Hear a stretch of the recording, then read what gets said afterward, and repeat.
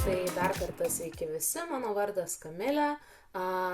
Mes kartu su Ieva dirbame įmonėje Hermitage Solutions ir šiandien Ieva konkrečiai kalbės apie kibernetinį atsparumą praktikoje ir papasakos jums apie 10 svarbiausių žingsnių, ką galite padaryti savo aplinkoje, kad ją apsaugot. Taigi, Ieva, mikrofoną perduodu tau ir laukiame išgirsti, ką turi pasakyti. Ačiū Kamilė ir labas rytas visiems. Gal pirmiausia labai trumpai pristatysiu, kas mes esame ir ką šiandien norime pasakyti dar kartą. Tai esame Hermitage Solutions IT saugumo sprendimų distributorius Baltijos šalyse.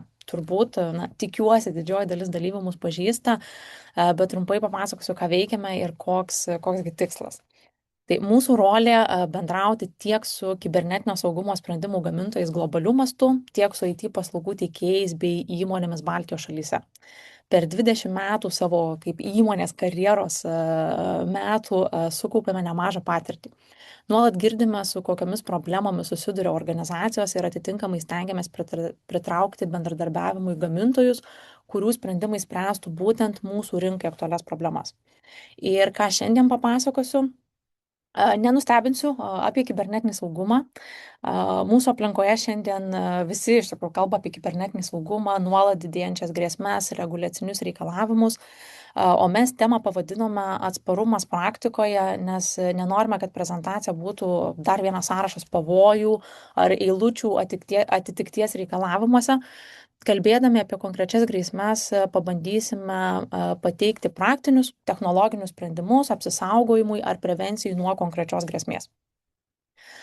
Skaidrėje matote turinį ir šiandien mūsų prezentacijos struktūra bus labai paprasta. Aptarsime galimą grėsmę, jos aktualumą mūsų rinkoje ir kelis praktinius sprendimus padedančius su ją kovoti. Rinkdami informaciją rėmėmės naujausią Nacionalinio kibernetinio saugumo centro kibernetinio saugumo būklės Lietuvoje ataskaitą, kitų valstybinių institucijų naujausiai pateiktais duomenimis bei jau minėta mūsų pačių patirtimi dirbant su klientais. Tam tikri šiandien pateikti pavyzdžiai bus iš spaudoje viešai paviešintų atvejų. Šioje skaidrėje matote antraštės iš įvairių kibernetinių incidentų ar duomenų apsaugos pažeidimų. Gera žinia, kad pagaliau vis daugiau apie tai kalbame, nes tai leidžia semtis patirties vieniems iš kitų. Bloga žinia, žinoma, kad tai aplamai vyksta.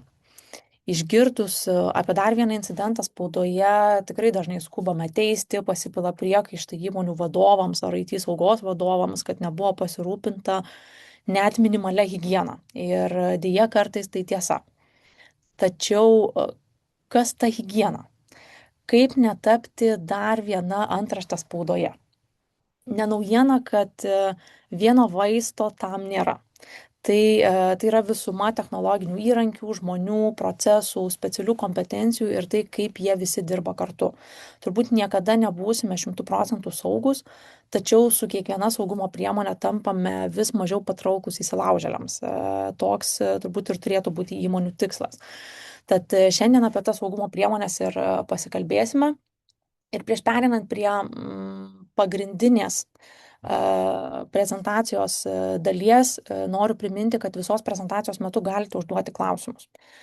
Apie sprendimus šiandien tik užsiminsime, tikrai neįsiplėsime ir techninių demonstracijų nerodysime, tad jei noris apie kurį nors sprendimą sužinoti daugiau, kaip Kamilė ir minėjo, naudokitės Q&A skiltimi, kas keletą skaidrių ar temų paklausiu Kamilės, ar turime klausimų. Kamilė taip pat gali pertraukti mane, jeigu turime aktualių klausimų, kuriuos galima atsakyti čia ir dabar. Jei klausimas bus platesnis, galbūt atsakysime raštu po prezentacijos, o jei norite pasikalbėti individualiai plačiau, po prezentacijos gausite kontaktus, kuriais visuomet galite kreiptis. Taip, Ieva, aš dar trumpai tave pertrauksiu. Klausytojams, kuriems yra problema su aidėjimu, girdisi aidas, pasižiūrėkite, ar pas jūs nėra atsidarę dvigubai Zoom platformą, tai yra per naršyklę ir tiek per desktop aplikaciją. Jeigu vieną iš jų išjungsite, turėtų susitvarkyti aidėjimo problema, kad galėtumėte toliau klausyti kokybiškai. O Kamilė, sakyk, tau aido nėra, taip? Tai ne ausinių turėtų būti problema. Gerai. Tada aš bandau tęsti, jeigu kažkas visgi ne taip, tai stabdykite, bandysime spręsti. Taip, pirmoji ataka ar grėsmė, apie kurią norėtumėm pasikalbėti, yra socialinė inžinerija. Nors dažnai galvojame apie įsilaužėlius, kurie laužiasi į sistemas, realybėje iš tikrųjų daug paprasčiau yra nulaužti žmogų. Socialinė inžinerija tai psichologinė manipulacija, kai užpuolikas priverčia žmogų patį atskleisti informaciją, paspausti nuorodą ar atlikti veiksmą, kurio normaliomis aplinkybėmis jis nedarytų. Deja, tai nėra pavieniai atvejai. Nacionalinio kibernetinio saugumo centro duomenimis net 54% visų registruotų kibernetinių incidentų Lietuvoje buvo susiję būtent su socialinė inžinerija. Turbūt ir patys pagalvoja, kiek apgaulingų skambučių, SMS žinučių ar laiškų gauname, galime suprasti šiuo atakų mastą. Ir nors Lietuvoje tokių incidentų skaičius per metus sumažėjo 32%, jie vis dar išlieka didžiausia kibernetinė grėsmė. Kitaip tariant, daugiau nei kas antra ataka prasideda ne nuo techninio pažeidžiamumo, o nuo žmogaus. Kadangi šiuo atveju silpnoji grandis yra žmogus, reiktų ir pradėti nuo nuolatinės darbuotojų edukacijos. Atakos darosi vis pažangesnės, todėl ir mokyti darbuotojus turime atitinkamai realiu laiku, periodiškai ir jiems patogiu būdu. Būtent šiam poreikiu atliepti mes dirbame su mokymų platforma Responsu.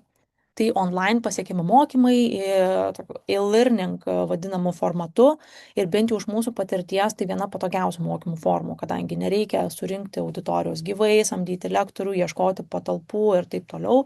Darbuotojai svarbiausia mokosi jiems patogiu metu žinioms užtikrinti gauna testus.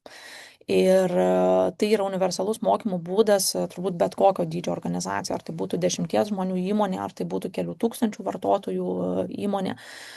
Ir beje, visi šio webinaro dalyviai gaus nuorodą į vieną nemokamą mokymų modulį. Tad skatinu prisijungti ir pasibandyti, kaip būtent toks mokymų formatas atrodo jums ir kaip galėtų būti pritaikomas galbūt jūsų aplinkoje. Sekantis labai svarbus žingsnis po mokymų yra praktinės pratybos.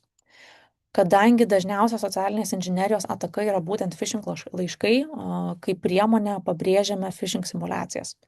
Pratybos iš tikrųjų yra tikrai paprastas ir nesunkiai prieinamas būdas pasimatuoti organizacijos pažeidžiamumą bei brandą. Mes klientams rekomenduojame pasidaryti phishing simulaciją prieš mokymus, tuomet suorganizuoti darbuotojų mokymus ir po kurio laiko galima vėl pakartoti tą simulaciją, kad įsivertinti, ar darbuotojų edukacija buvo veiksminga. Ir dar viena technologinė priemonė phishing atakų atveju būtų, pavyzdžiui, Sofos pašto apsauga. Sprendimas identifikuoja didžiąją dalį phishing laiškų jiems dar net nepasiekus gavėjo. Todėl ženkliai sumažėja aplamai pati rizika paspausti ant kenksmingų nuorodų ar suvesti prisijungimo duomenis, nes darbuotojas laiško net nepamato. Ir apibendrinus, tai mokydami darbuotojus, testuodami mokymo efektyvumą ir sumažindami phishing laiškų kiekį iki minimumo, jau būtumėm ženkliai atsparesni socialinės inžinerijos atakoms. Pereinant prie sekančios temos, kadangi ką tik kalbėjome apie socialinę inžineriją, natūraliai galime pereiti prie pasekmių. Dažniausiai phishing laiškų tikslas yra išvilioti būtent prisijungimo duomenis. Įsivaizduokime, kad darbuotojas tapo phishing atakos auka ir suvedė savo prisijungimo vardą ir slaptažodį.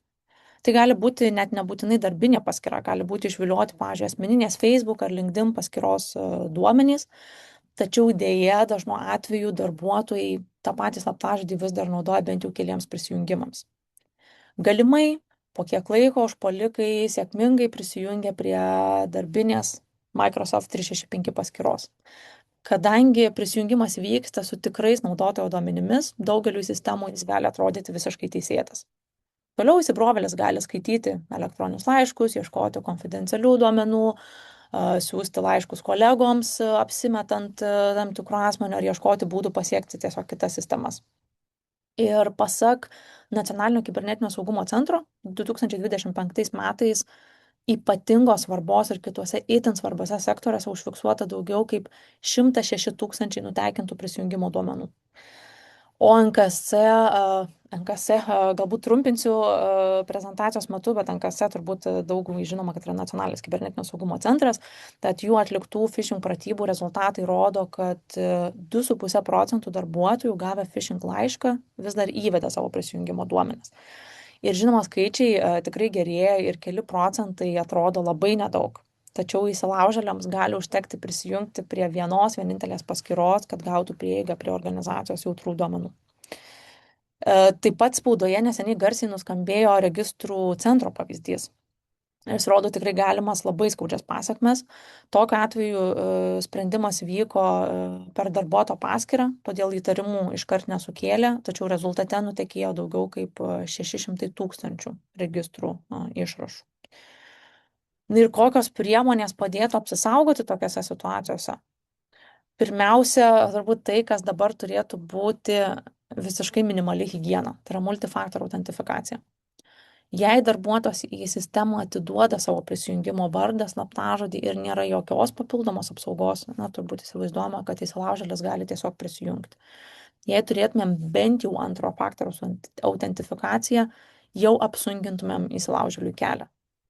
Ir čia iš tikrųjų būtų labai įdomu sužinoti, kiek iš webinaro dalyvių organizacijų jau sėkmingai implementavo multifaktorių autentifikaciją, bent jau jautriausiose sistemose.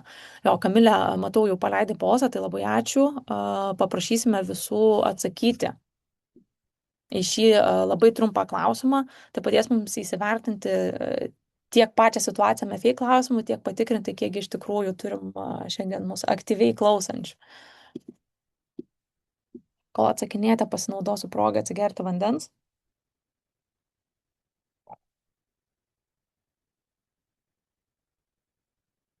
Iš tikrųjų, kol renkame atsakymus, galiu pasidalinti įdomiu faktu, kad valstybinių duomenų apsaugos inspekcija neseniai darė apklausą 10 ligoninių ir poliklinikų. Ir Lietuvoje statusas toks, kad iš jų tik viena iš tikrųjų naudojo MFA. Tai dar tikrai turime kur tobulėti, būtų labai įdomu sužinoti mūsų dalyvių statistiką. Taip, tai tą progą kaip tik dalinuosi rezultatais.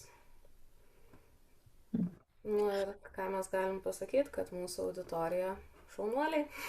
Taip, pakankamai. Ja. Taip, tikrai pakankamai pažangiai. Turime beveik 60%, kurie naudoja visur, 37, kurie naudoja bent jau dalį naudotojų ar resursų, tai iš tikrųjų bent jau turbūt kritinėms savo sistemoms apsaugoti. Ir vis tiek turime dalį, kurie dar nenaudoja, tai kviečiame susisiekti tuos, kurie dar nenaudoja. Na ir tęsiant toliau, tai MFA tikrai vienas pagrindinių turbūt kibernetinės higienos aspektų, tačiau norint stipresnės apsaugos nuo phishing atakų, mes rekomenduojame būtent skaidrėje matomo Yubico gamintojo phishing resistant MFA. Kodėl phishing resistance? Nes įrankio YubiKey yra toks security raktas, tai jo pagalba autentifikacija vyksta naudojant tą fizinį saugumo raktą. Ir jei programėlės ar vienkartinius slaptažodžius, SMS kodus galima kaip nors išvilioti, nulaužti, tai saugumo raktą reikia fiziškai paliesti prisijungimo metu ir nuotolinis įsilaužimas tampa tiesiog nebeįmanomas. Kitas mūsų gamintojas PointSharp teikia sprendimą padedantį valdyti multifaktorių autentifikacijos politikas. Pirmiausia, sprendimas gali padėti identifikuoti paskyras nepadengtas MFA ir leidžia pridėti tokias papildomas taisyklės, kaip pavyzdžiui, multifaktorių autentifikacijos reikalavimus jungiantis iš naujo IP adreso, iš neįprastos lokacijos ar galbūt neįprastų metų, tad jei vyksta koks nors darbuotojui nebūdingas veiksmas, įsilaužimas iš, visiškai trečiosios šalies, sprendimas pridėtų papildomą saugumo barjerą. Kitas pakankamai elementarus, bet svarbus sprendimas yra slaptažodžių saugojimo ir valdymo sprendimai. Mes dirbame su Keeper, kurio pagalba vos keliais mygtukų paspaudimais galime nustatyti slaptažodžių politikas atitinkančias saugumo reikalavimus. Vietoj slaptažodžių saugojimo naršyklėse ar ant lapelių ar kitose nesaugiose vietose leidžia saugoti saugioje šifruotoje saugykloje, identifikuoja pasikartojančių slaptažodžių skaičių, kas labai svarbu jau anksčiau minėtame pavyzdyje, ir aplamai slaptažodžių saugumo būklę. Dalis įmonių slaptažodžių reikalavimus aprašo vidinėse politikose, ta prasme, jis siunčia tiesiog aprašymą, kokio ilgio, kokio sudėtingumo turi būti slaptažodžiai, tačiau be apribojimo technologiškai rašytinės politikas įgyvendinti praktikoje iš tikrųjų beveik neįmanoma, nes tikrai labai sudėtinga užtikrinti, kad kiekvienas darbuotojas jų laikytųsi. Na, o jei įsilaužėliui visgi pavyksta gauti vartotojo prisijungimo duomenis, apeiti kitus saugumo barjerus, svarbu turėti anomalijų aptikimo sistemas. Dirbame su tokiais gamintojais kaip Sophos, Trend.ai, kurių pažangios XDR, MDR, išvertus būtų Extended Detection Response arba Managed Detection Response technologijos, jos mokosi apie įprastą darbuotojų elgesį ir aptikus bet kokias anomalijas, kaip vėlgi prisijungimą iš neaiškios lokacijos, neįprastai didelį duomenų parsisiuntimo kiekį, neaiškias komandas terminale ar kažkokius instaliuotus failus, iškart fiksuoja ir gali netgi be jūsų pačių įsikišimo izoliuoti įtartiną vartotoją, taip sustabdant veiksmus. Tai vėlgi grįžtama prie tos išvados, kad kiekvienu atveju yra svarbu sprendimų visuma. Šiek tiek staptelsiu prieš pereinant prie sekančios temos. Kamilė, galbūt turime klausimų. Taip, yra klausimas, kuo skirtųsi sprendimai, kuriuos išvardinome konkrečiai nuo conditional access politikų, kurios siūlomas yra Microsoft 365. Tai šitoj gal vietoje reikėtų patikslinti tiesiog, kad konkrečiai Yubico atžvilgiu ir PointSharpo šitie sprendimai ne tik, kad atskirai gali būti naudojami, bet jie ir vienas kitą gali papildyti. Ir pavyzdžiui, Yubico atveju, tai mes turime tą fizinį raktą, kuris, kaip minėjo jau Ieva, yra phishing resistant, tai lyginant su visais MFAs, kurie yra siūlomi dabar rinkoje, šitas yra skaitomas kaip saugiausias metodas. Tuo tarpu PointSharp dar papildomai gali uždėti minėtas apsaugas, kurios taip iš vienos pusės gali būti panašios į conditional access politikas, tačiau jis taip pat gali padėti ir kitais būdais, tarkim, valdyti Yubico sertifikatų atnaujinimo ciklus, kurie būtent praktikoje yra labai naudingi ir gali padėti įmonėms irgi apsaugoti prisijungimus ir naudoti sertifikatus prisijungti kaip autentifikacijos metodą. Ačiū, Kamilė. Dar gal pridėsiu faktą, kad Microsoft taip pat yra Yubico klientas. Taip pat, kad patys Microsoft darbuotojai naudoja Yubikėjų kaip antro faktoriaus autentifikaciją.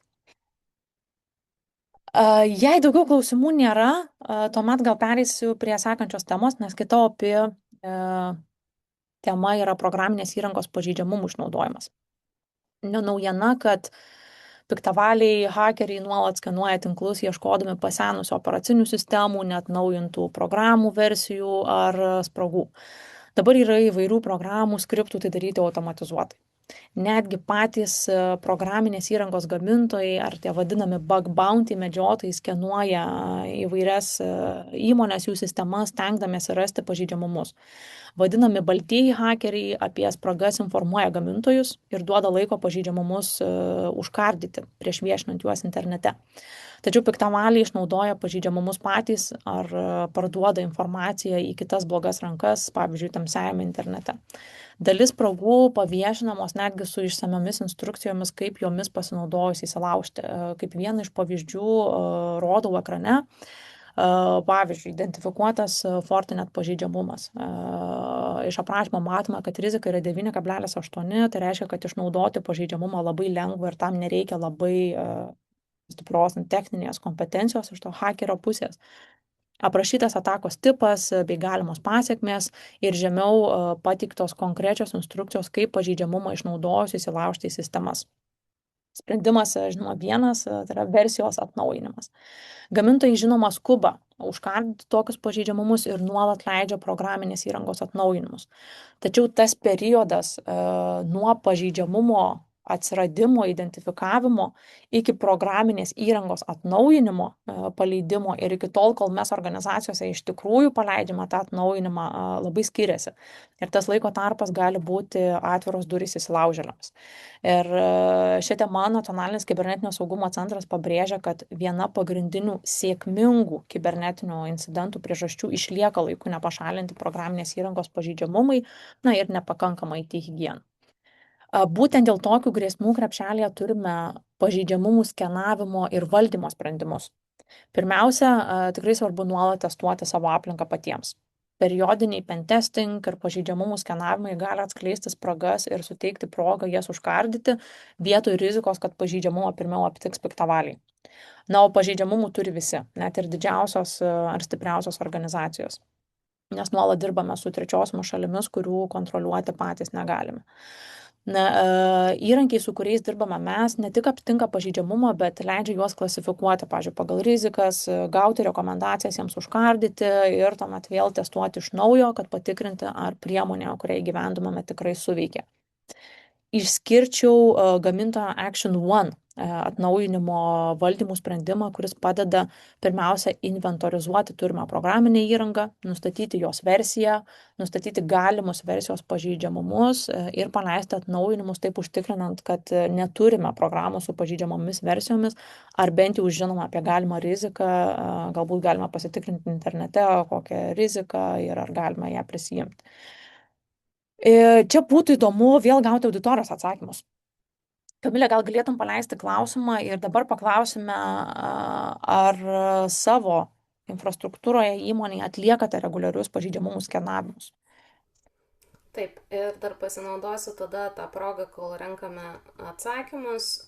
Priminsiu, jog jeigu auditorijoje turite klausimų, galite rankų nekelti, geriau juos palikite Q&A skiltyje ir tada mes juos peržiūrėsime. Ačiū. Taip, ir tuoj užbaigiam rezultatus ir dalinuosi. Pasiskirstimas vėl gana į pozityvę pusę, tačiau turime beveik 30 įmonių, beveik 30% įmonių, kurios netlieka pažeidžiamumų skenavimų, tai dar tikrai yra kur pasitemti. Iš tikrųjų, gera žinia, kad visi webinaro dalyviai gaus nuorodą, kurią aplankius galės pasinaudoti ypatingų gamintojo Action One pasiūlymų, nes gamintojas suteikia 200 nemokamų licenzijų neribotam terminui. Nėra jokių įsipareigojimų, tai nėra kažkokia trial versija, susimokėti reikia nebent viršijate licenzijų skaičių, bet aš manau, kad nemažai daliai Lietuvos įmonių tikrai pakanka tų 200, tad skatinam pasinaudoti pasiūlymų. Nuorodą gausite laiške po webinaro. Tiek iš šitos temos, manau, galime pereiti prie sekančios. Tai yra išpirkos reikalaujanti programa, kitaip ransomware. Nebejoju, kad žodis visiems girdėtas ir galbūt nebūtina jo sulietuvinti. Prieš kurį laiką galbūt tai buvo kažkas, ką matėme filmuose ar girdėjome baisiose istorijose, tačiau šiandien tai grėsmė, su kuria gali susidurti kiekviena organizacija. Dauguma ir susiduria, tik tikrai ne visos apie tai kalba. Ransomware ar išpirkos reikalaujanti programinės įrangos ataka gali prasidėti nuo darbuotojo atidaryto kenkėjiško elektroninio laiško priedo, atsisiųsto failo ar jau anksčiau minėtų pavogtų paskyrų ar tiesiog išnaudoto programinės įrangos pažeidžiamumų. Patekę į organizacijos tinklą užpuolikai, žinoma, ieško vertingų duomenų, dažnai jos kopijuoja ir tik tuomet paleidžia ransomware programą, kuri užšifruoja sistemas bei duomenis. Dažniausiai organizacijos veikla pilnai sustoja ir tuomet toje pačioje jautriausioje situacijoje pareikalaujama išpirkos.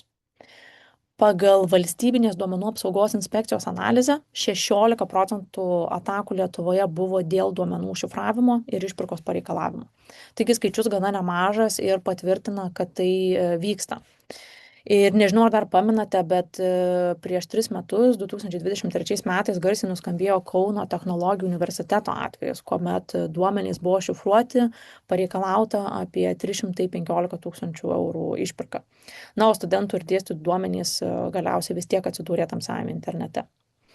Tad ką daryti ir kaip su tuo kovoti? Vėlgi tai vėl sprendimų visuma.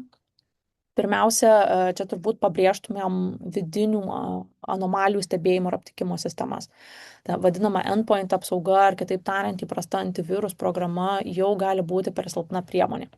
Šių dienų kontekste kalbame apie jau anksčiau minėtus Extended Detection and Response arba tos Managed Detection and Response sprendimus, nes tokio tipo sprendimai gali ne tik aptikti grėsmę, bet kaip anksčiau ir minėjau, imtis veiksmų už jūs.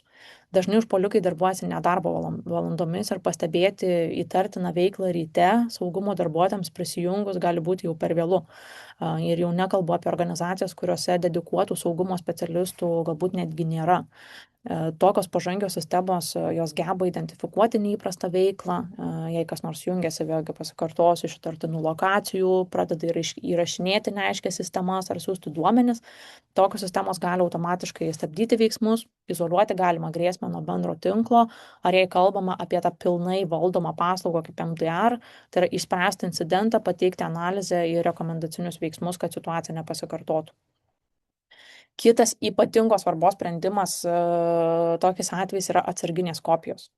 Jeigu įsilaužėliui visgi pavyko įsibrauti į sistemą, užšifruoti duomenis, turint laiku atliktas ir saugiai laikomas atsarginės kopijas, organizacijos gali tikrai gana greit atsistatyti ir tęsti veiklą.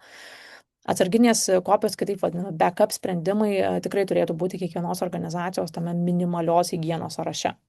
Na ir žinoma, vėl darbuotojų mokymai.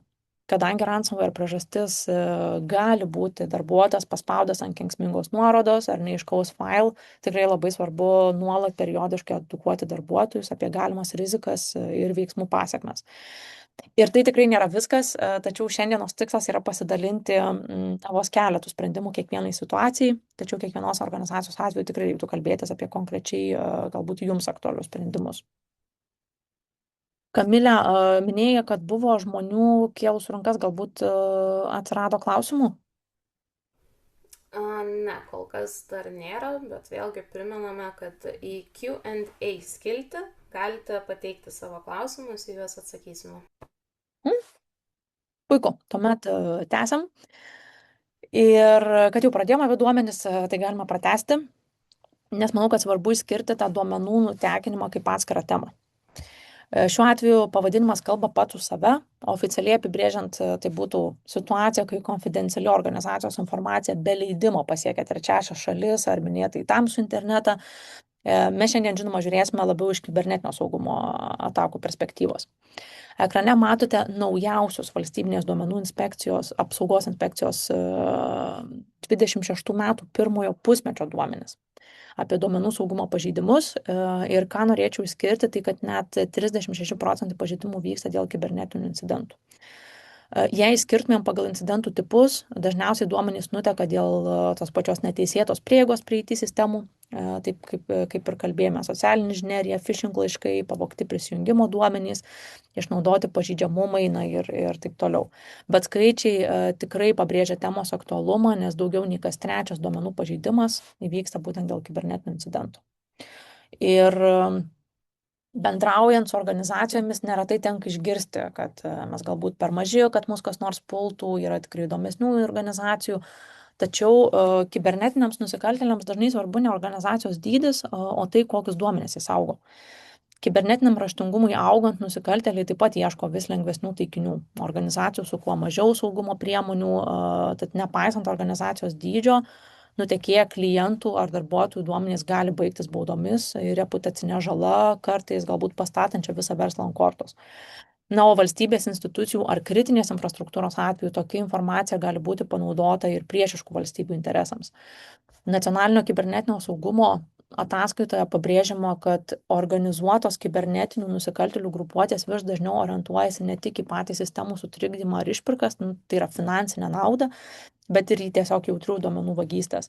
Na ir turint omeny mūsų geopolitinę situaciją ir agresyvus kaimynus, nutekinti duomenys tikrai tampa ypatingos svarbos tema ir ne tik dėl grėsiančių baudų. Na ir kokie sprendimai gali padėti, jei nusikaltėliams visgi pavyko apeiti visas saugos sistemas ir jie pradeda kopijuoti duomenis. Pirmiausia, su klientais kalbame apie gamintojo Netflix sprendimus duomenų apsaugai.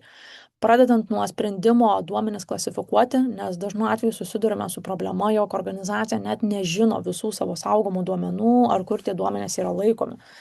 O kad jautrius duomenis apsaugotumėm, pirmiausia, turime įsivertinti, kas jie ir kur jie yra. Identifikavus jautrius duomenis galime perėti prie vadinamų DLP, Data Leak Prevention sprendimų, kurie leidžia kurti įvairias politikas duomenų kontroliai.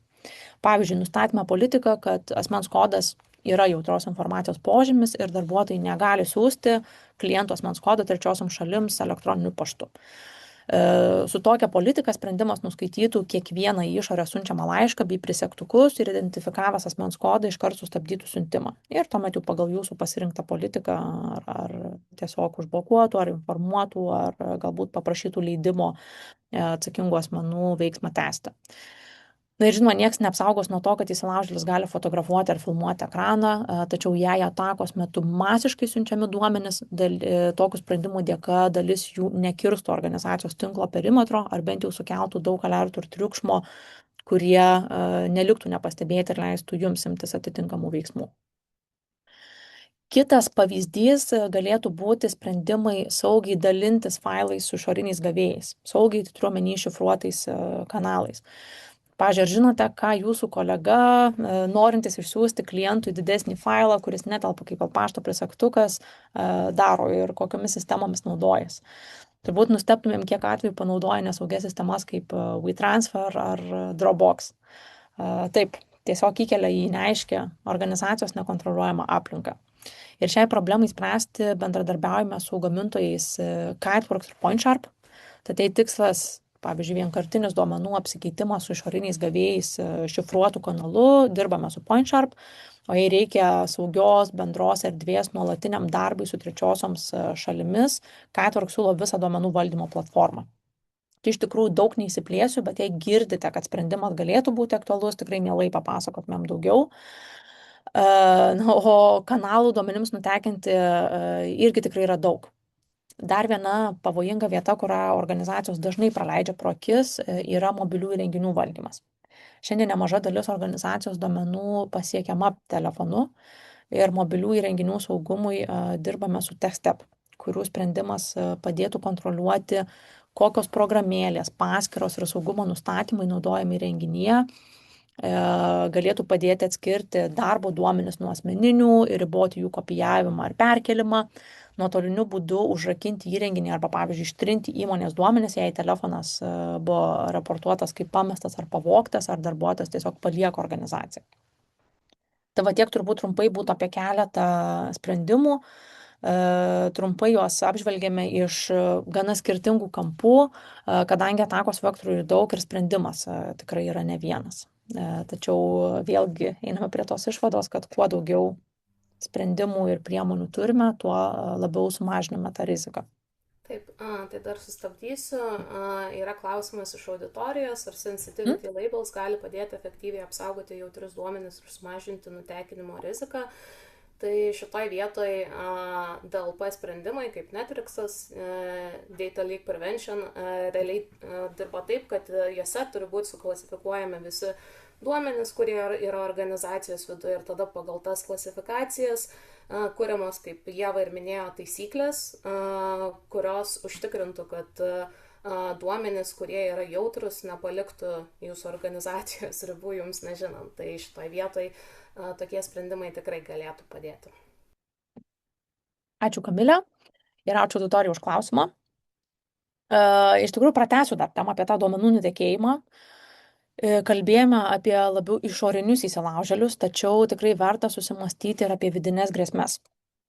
Dabar turbūt pabandykite savo patiems atsakyti, prie kiek informacijos laisvai gali prieiti jūsų įmonės darbuotojai ar kolegos. Dažnu atveju darbuotojai prieina prie daug daugiau duomenų, nei reikalauja jų darbo funkcijos. Arba darbuotojams, pavyzdžiui, pavaduojant vieniems kitus ar laikinai dirbant prie specifinio projekto, suteikiamos kažkokios papildomos teisės, tačiau projektui pasibaigus teisės nepanaikintos ir darbuotojas tiesiog lieka su tuo prieigų pertekliumi.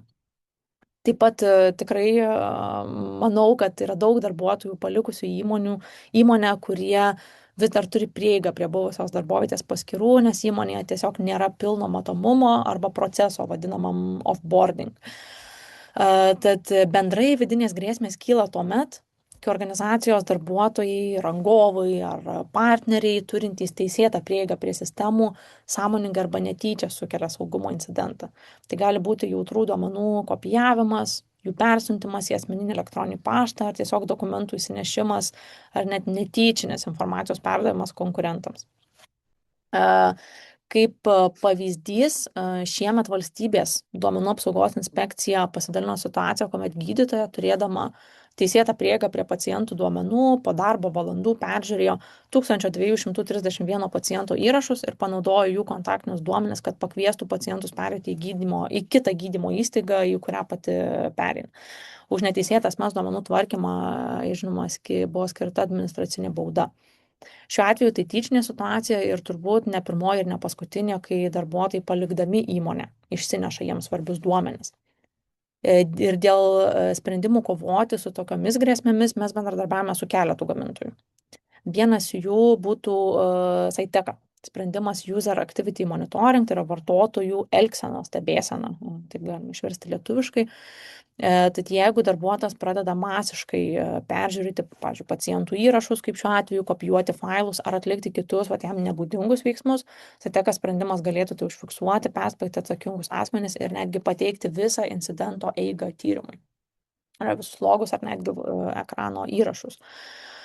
Kitas sprendimų rinkinys galėtų būti skirtas tapatybėms valdyti. Tai, pavyzdžiui, dėlinėje papildomai galėtų padėti apsaugoti privilegijuotas ir tarnybinės paskyras, panaikinti nereikalingas privilegijas ir suteikti tik tiek teisų darbuotojui, kiek reikia jo darbo funkciją atlikti. Kaip papildomas sprendimas Corview galėtų suteikti matomumą ir valdymą Microsoft 365 bei Entra-ID aplinkoje. Pavyzdžiui, leidžia greitai pamatyti, kiek organizacijoje yra vartotojų su administratoriaus teisėmis, kas turi prieigą prie jautrių SharePoint svetainių ar bendrinamų pašto dėžučių ir ar tokios prieigos aplamai turi pagrindo. Netflix sprendimas Pink Castle padeda nustatyti pasenusias, neaktyves ar rizikingas paskyras vietinėje Active Directory aplinkoje. Ir beje, dar viena dovana webinaro dalyviams, tai Netflix taip pat suteikia nemokamą šio įrankio versiją, kurią galima panaudoti būtent vidiniam Active Directory skanavimui. Tad po webinaro laiške pasidalinsime nuorodą su daugiau informacijos ir kam įdomu, galite pasinaudoti galimybę peržiūrėti, kiek, pavyzdžiui, neaktyvių paskyrų sprendimai pavyktų identifikuoti jūsų aplinkoje, pasitikrinti savo offboarding procesą. Taip, tai Ieva, jeigu galiu šiek tiek pertrauksiu, irgi turime kelis klausimus, ar dar norėtum kažką pridėti šitoje vietoje? Nežinau, šitą temą tiek, Tai kaip tik ir dėl sprendimų buvo klausimas, tai šitoje vietoje, kaip buvo minėjama ir dar kartą paminėsime, tai pasiūlysime jums išbandyti kelis iš šitų pasiūlymų, kurie bus nemokami jums prieinami ir tikrai galėsite kai kuriuos iš jų įsibandyti. O tada kitas klausimas, dar grįžtam prie ankstesnės temos, tai dalinantis failais per WeTransfer ar panašias programėlės, kuo yra rizikuojama, ar kad informacija bus nutekinta, ar tai gali būti panaudota ir kenkėjiškos programinės įrangos instaliavimui mano kompiuteryje. Tai iš tikrųjų aš sakyčiau, kad abu variantai, kadangi dažniausiai su WeTransfer ir panašiais įrankiais yra tai, jog organizacijos neturi centralizuoto matomumo, kuo yra dalinamasi su kuo. Ir būtent šitoj vietoj tie sprendimai, kuriuos mes siūlome, kaip Kiteworks arba PointSharp sprendimas for Secure Data Exchange, jie suteikia centralizuotą galimybę matyti, kur ta informacija keliauja ir šitoj vietoj konkrečiai padėtų išvengti duomenų siuntimo to nematant, kad sumažinti nutekėjimo riziką, plus dėl kenkėjiškų, pavyzdžiui, programų instaliavimo ar panašiai, tai mūsų siūlomas PointSharp sprendimas taip pat turi antivirusinę įrangą, kuri įeina kartu į tą sprendimą ir visi failai, kurie keliauja per tą sistemą, yra įvertinami dėl kenkėjiško turinio, tai toj vietoje realiai, jeigu jūs gaunate arba siunčiate turinį, taip pat įvertinama, ar tai nėra kažkoks turinys, kuris galėtų po to užkėsti jūsų kompiuterių sistemas ir panašiai. Taip, tiek. Jau galiu tęsti. Ačiū, Kamilė. Iš tikrųjų labai toks į temą klausimas, nes mes dar tęsime apie tą netyčinį duomenų nutekėjimą. Ir čia svarbu įskirti ne tik tokias programas kaip WeTransfer ar Dropbox, bet ir AI įrankius. Ir apie AI vis dar girdime tikrai daug ir atsiranda vis naujų terminų. Vienas jų turbūt būtų šešėlinis AI. Kitaip turbūt nekontroliuojamas AI naudojimas organizacijoje. Ir na, be abejonės, dirbtinis intelektas šiandien tikrai padeda dirbti greičiau, tačiau visi žinome, kad atsiranda ir naujų rizikų. Darbuotojai tikrai dažnai į ChatGPT ar kitus AI įrankius įkelia sutartis, programinį kodą, klientų informaciją ar kitus jautrius duomenis net nesusimastydami, kur tie duomenys keliauja ir kaip jie bus naudojami.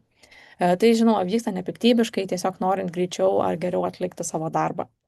Dažna situacija, kai darbuotojams išperkamos, pavyzdžiui, ChatGPT licenzijos saugiam naudojimui ir pagal įmonės aprašytą politiką tai turėtų būti vienintelis naudojamas įrankis, tačiau darbuotojas Tomas, pavyzdžiui, prezentacijoms mėgsta Copilot, laiškams rašyti jam labiau patinka Gemini, tad kelia įmonės duomenis ir į nemokamas versijas, nepaisant įmonės politikos, bet vis dar vardan gero tikslo - atlikti savo darbą kaip įmanoma geriau. Prieš pereinant prie sprendimų AI kontroliai, būtų labai įdomu pasiteirauti auditorijos. Ar naudojate kokius nors AI kontroliavimo įrankius savo įmonėje? Taip, pasidalinau nauju polsu. Per tą laiką, kol suvesite, dar vienas klausimas buvo iš auditorijos apie PointSharp Secure Data Exchange sprendimą. Tai šitoj vietoj, jeigu jūs domina, siūlyčiau tiesiog susisiekti su mumis po seminaro, mes galėtume detaliau aptarti, kaip tas sprendimas veikia ir ar jūs patenkintų jūsų poreikius. Tai jeigu galite, info@hermitage.lt arba priklausomai nuo to, kur esat. Ir dabar dalinuosi rezultatais.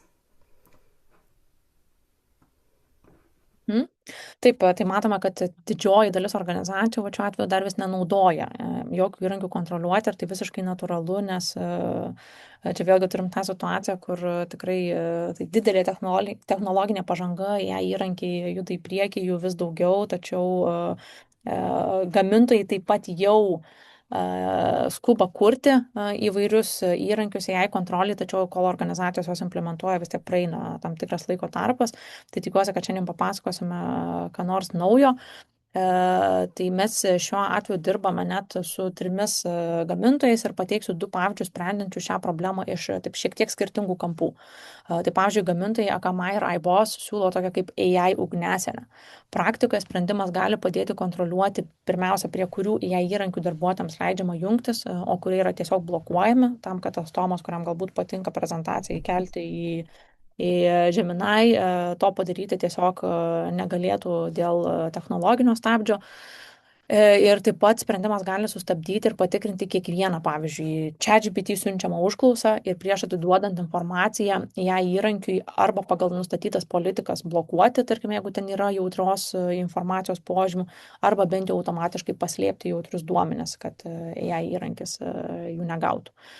Na, o kitas sprendimas, kaip, pavyzdžiui, Nexus AI sprendžia problematiką šiek tiek iš kitos pusės. Tai yra, kai organizacija nenori drausti naudoti skirtingų įmonių, tačiau vis tiek nori turėti kontrolę ir matomumą, kokie įrankiai yra naudojami. Nexus AI su viena licenzija suteikia prieigą prie populiariausių AI įrankių, leidžia visus valdyti vienoje vietoje, sekti naudojimą ir nustatyti tam tikras taisyklės. Tad sprendimų tikrai yra ir jai gali būti tiek labai didelė nauda, tiek tikrai didelė žala, priklausomai nuo to, kaip mes tuos įrankius išnaudojame. Tai tiek būtų apie AI temą. Ir paskutinioji grėsmė iš šiandienos mūsų grėsmių sąrašo yra tiekimo grandinės atakos. Tiekimo grandinės ataka įvyksta tuomet, kai užpuolikai pasirenka ne galutinę organizaciją, tačiau vieną iš jos partnerių, IT tiekėjų ar tiesiog naudojimų technologijų gamintojų. Turbūt reta įstaiga nesinaudoja trečių šalių paslaugomis, tačiau problema atsiranda tada, kai tam, kad gautumėm kokią nors paslaugą, turime suteikti prieigą išoriniams vartotojams prie savo vidinių resursų. Čia valstybės saugumo departamentas grėsmių ataskaitoje pažymi, kad buvo pavyzdžių, kai, pavyzdžiui, priešiškų valstybių grupuotės taikėsi į privačias įmonės teikiančias paslaugas Lietuvos valstybės institucijoms ir tikėtina, kad taikinys buvo ne tos pačios įmonės, tačiau būtent jų klientai. NKSC ataskaitoje pabrėžiama, kad organizacijos turi vertinti ne tik savo, bet ir tiekimo grandinės rizikas. Ypatingas dėmesys reikalavimuose skiriamas trečiųjų šalių valdymui, nes viena pažeista tiekimo grandinės dalis tikrai gali turėti didelę įtaką visoms kitoms susijusioms. Ir tiekimo grandinės kontroliai galima kalbėti apie keletą saugumo sluoksnių. Turbūt pirmoje vietoje taip pat ir NIS2 reikalavimų, techninių būtent reikalavimų sąraše atsiduria privilegijuotų vartotojų valdymas. Trečiosiom šalims dažnai reikia būtent administratoriaus prieigos, bet tai nereiškia, kad jos turi matyti viską. Mes bendradarbiavame su gamintojų dalinėje, kurios sprendimas leidžia suteikti tik tiek prieigos, kiek reikia konkrečiam darbui, o visos trečiųjų šalių prisijungimo sesijos gali būti įrašomos, tad prireikus galima pasižiūrėti, kas buvo daroma prisijungimo sesijos metu. Ir šiaip dalinė tikrai leidžia gan granuliariai valdyti tas politikas ir užsidėti tikrai daug saugumo sluoksnių. Vėlgi labai svarbu jau anksčiau minėtas bet kokių anomalijų aptikimas. Jei per tiekėjų paskyras bandoma įsilaužti į vidinius resursus, siūstis duomenis, vykdyti įtartinas komandas, vėlgi tie patys XDR, MDR sprendimai veikiantys 24 valandas per parą padėtų įtartiną veiklą identifikuoti, kompromituotą paskyrą izoliuoti, net jei tai vyktų ne jūsų darbo metu. Čia pasitarnauja ir jau anksčiau minėtas Kitework sprendimas, pavyzdžiui, saugiam duomenų darbui su trečiosiomis šalimis, nes galime ne tik saugiai apsikeisti informaciją su išoriniais teikėjais, bet ir laikyti, redaguoti bendrus failus su kontrolė, kas gali dokumentą atidaryti, kiek laiko jis bus pasiekiamas, ar suteikiame teisės atsisiųsti ir jei, pavyzdžiui, per tiekėjo paskyrą įsibrovęs piktavalis bandytų kažkokios failus sugadinti ar informaciją ištrinti, galima matyti visus darytus pokyčius ir sugrįžti prie tos senosios versijos. Iš tikrųjų, savo sprendimą paliečiam labai paviršutiniškai, bet jo paskirtis tikrai labai plati. Ir čia vėlgi grįžtam prie išvados, kad to bendro vieno sprendimo nėra ir čia svarbi visa pačios organizacijos saugumo higiena bei nuolatinis tas tiekėjų reputacijos bei sertifikacijų tikrinamas. Kadangi atsakingi tiekėjai iš tikrųjų net oficialiai nepakliuvę po IT saugumo direktyvų reikalavimais stengiasi sertifikuotis patys ir rūpinti savo organizacijos saugumu, kad išlaikytų klientus ir savo reputaciją. O klientams, visoms įmonėms tikrai svarbu šią informaciją sekti.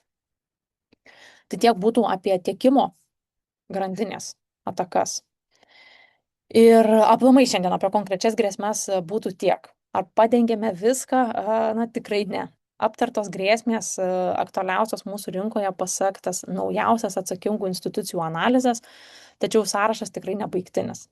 Sprendimai taip pat priklauso nuo konkrečių scenarijų, jūsų jau turimų įrankių bei norimų spręsti problemų. Tačiau higiena tikrai išlieka tie patys baziniai dalykai ir skaidrėje matote jų 10.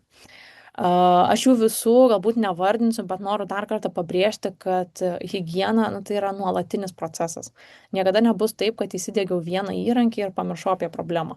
Visos ekrane išvardintos sritys persidengia. Pavyzdžiui, jeigu saugosime tinklo perimetrą, bet neprižiūrėsime slaptažodžių, neturėsime MFA politikos, kitaip tariant, nesaugosime savo prisijungimo duomenų, jau paliksime spragą. Ir šias sritis taip pat turi papildyti žmonės, tam tikros kompetencijos, įmonės politikos ir nuolat testuojami ir išdirbti vidiniai procesai. Ir jei bent vieną sritį paliekame nepadengtą, tai paliekame atviras duris, ar bent jau langą įsilaužėliams. Skamba daug, nevynios į rožinį popierėlį ir yra daug. Ir jei anksčiau kibernetinis saugumas buvo tiems, kas gali, kas nori, kas supranta, tai iš tikrųjų didėjančio sąmoningumo ir galbūt dešinėje pusėje šmėžuojančių direktyvų dėka einame link to, kad kibernetinis saugumas yra būtina. Ir šiandien labai trumpai ir paviršutiniškai išgirdote apie vairius sprendimus dengiančius šias sritis, tačiau informacijos tikrai neužtenka aiškiam suvokimui, kaip kiekvienas įrankis veikia, ar galbūt padėtų būtent jūsų infrastruktūroje. Bet jei išgirdote savo aktualių situacijų ar sprendimų, tikrai drąsiai kreipkitės. Ir kreipiantis nebūtina turėti atsakymus į konkrečią problemą ar žinoti, ko būtent jums reikia. Mūsų komandoje dirbantys inžinieriai, kaip šiandien susipažinote, Kamilė, Dinas ir Mykolas kartu su klientais susitikimų ar skambučių metu analizuoja konkrečias problemas ir stengiasi parinkti atitinkamus sprendimus būtent jų specifiniai situacijai.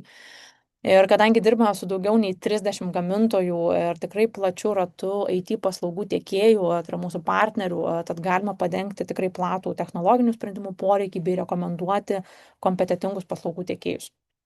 Turbūt tuo mūsų darbas ir įdomus. Dinaminė aplinka, nauji iššūkiai, išspręstos problemos ir su kiekviena situacija mokomės patys, tad naudokitės sukauptą patirtimi. Na ir manau, kad šiandien daugiau mažiau pasakėme viską, ką planavome. Kamilė, galbūt turime dar 7 minutės, galim patikrinti, ar Q&A dar turime kažkokių klausimų.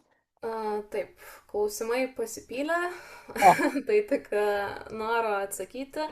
Tai gal pradėkime, kaip apsaugoti mobiliuosius darbo telefonus. Pavyzdžiui, darbuotojas per darbinį telefoną prisijungia į savo asmeninį L-paštą ir jam į asmeninį L-paštą pradėjo eiti spamas ir taip toliau. Tai šitoj vietoj Ieva buvo minėjusi mobiliųjų įrenginių valdymo sprendimą TechStep MDM-ai.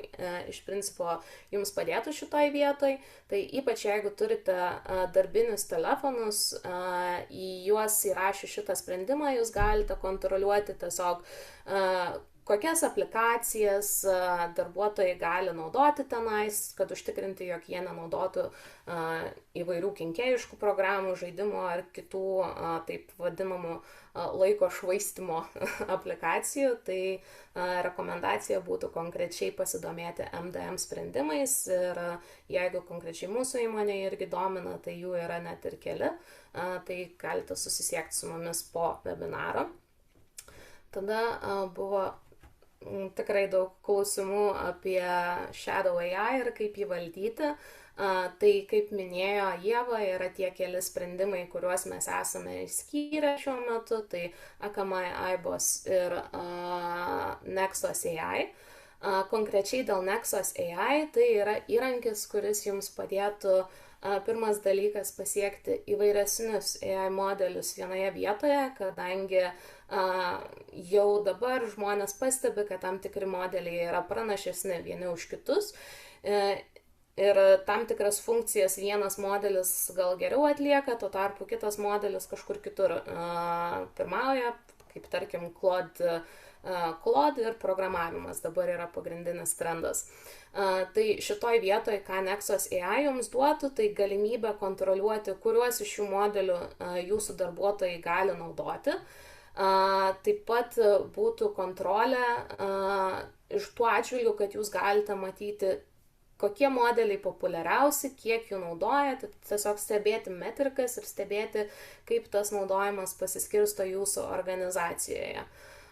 Bet jeigu jūs ieškote labiau įrankių, kurie kaip ir apsaugotų organizaciją nuo duomenų nutekėjimo, nuo neleistino jaus naudojimo, tai tada fokusas jau būtų į iBoss, Akamai, arba šituo atžvilgiu taip pat sprendimas galėtų būti Data Leak Prevention įrankiai, DLP, kaip Netrixas, pavyzdžiui. Taip. Tai tikrai yra dar daug klausimų, bet jau laiko einame į galą, tai šitoj vietoj gal tada tiesiog pasinaudosime progą ir priminsime jums dar kartą, kad šitas webinaras yra įrašomas ir su jumis bus pasidalinta informacija po webinaro, gausite progą jį peržiūrėti, jei norite, ir taip pat prie jo bus pasidalinta informacija apie įrankius, kuriuos galėsite nemokamai išsibandyti po šio webinaro. Tai primenu, kad galėsite pabandyti vieną iš responsų mokymų modulių nemokamai, pasižiūrėti, ar toks mokymo modelis jums tiks. Taip pat pirmiems 20 žmonių bus galimybė pasitikrinti Dark Web ID, konkrečiai dėl tamsiajame internete nutekėjusių slaptažodžių jūsų įmonės, čia savanoriškai. Ir taip pat gausite galimybę išbandyti Action One ir Pink Castle įrankius, pasitikrinti, ar jie jums tinka ir patinka. Tai ačiū visiems dalyvavusiems ir tada tiems, kurių klausimų dėja negalėjome atsakyti, susisiekite su mumis info@hermitage.lt, ypač jei susidomėjote kažkuriais iš mūsų įrankių arba norite daugiau sužinoti, kaip galite apsaugoti savo aplinką. Ačiū Ievai. Ir ar turi dar kažkokių paskutinių žodžių? Ačiū, Kamilė. Gal tik matyti, kad į klausimus, į kuriuos galime atsakyti raštu, ten keletų sakinių, ne visą pastraipą ar PDF failų, galbūt pabandysime ir atsakyti raštu, pridedant prie tos visos informacijos.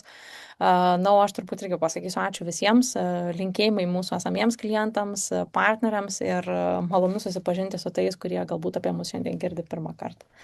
Tai viso ir gražios likusios dienos visiems. Viso.